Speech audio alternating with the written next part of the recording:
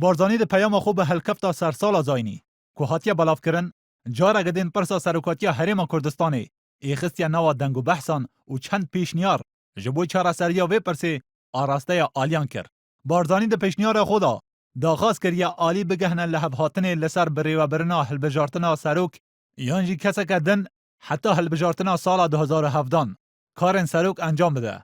یانجی روش وک نهبمینی حتی هلبجارتنا 2017 اندامه که جواد نشتیمانی تفگر گوران ده بیجه بارزانی د پیام خدا داخاز مان خو جبوی سروکاتی حریم حتی سال 2017 اشکره کریه لیبریان ها دوشارد. ئێمە هەستەکەین شتەکان زۆربەی زۆری دووبارەیە جگە لەو خاڵێکی تایە کە ئەمە نیەتە شاراوەکەیە ئێستا دەریان بڕیە ئەویش هێشتنەوەی دۆخەکە یاخۆت مانەوەی بەرزانی لە سەر کورسی سەرۆکایەتی هەرێم تا 2017 ئەمە نیەتە پێشووتر شاراوە بوو لە پەیامەکانی ترا بەڵام ئەم جارە بەڕوونی دەری بڕیوە.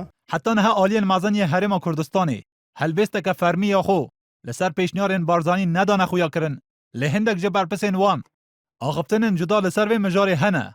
Endameke serokatiya yekitî dibêje ger ew peyam bi kiryar bête cibîcîkirin peyamek baş e û dikare vê rewşa herêmê biguhere.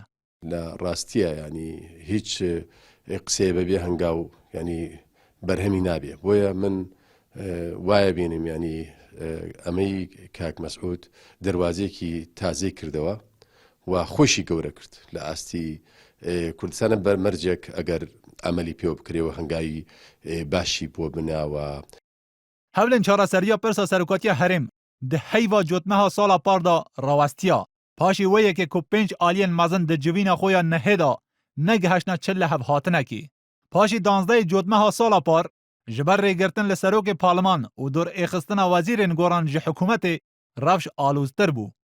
پێم وایە ئێمە لە هەرێمی کوردستاندا لە پەیام لە ڕابردوودا نەقسمان نەبووە لە جێبەجێکردنی پەیامەکاندا نوقسانیمان هەبووە و ئەم پەیامی ئەم جارەی سەرۆکی هەرێمیش ئەگەرچی لە هەندێ مەقتەعیە وەکو بڵێ ئاسۆیەکی داوە بەدەستەوە بەڵام چارەسەری سەرەکی لە ناو پەیامەکەدا دیاریکراو نییە. بارزانی کە ji 19 tebaqê we nêrînên cuda li ser posta serokatiya we çêbûye ew sêhim cara di peyama xwe da behsa serokatiya herêmê dike. Bi nêrîna hindek ji çavdêra ew axiftinên nermtir ji her du peyamên dî ye.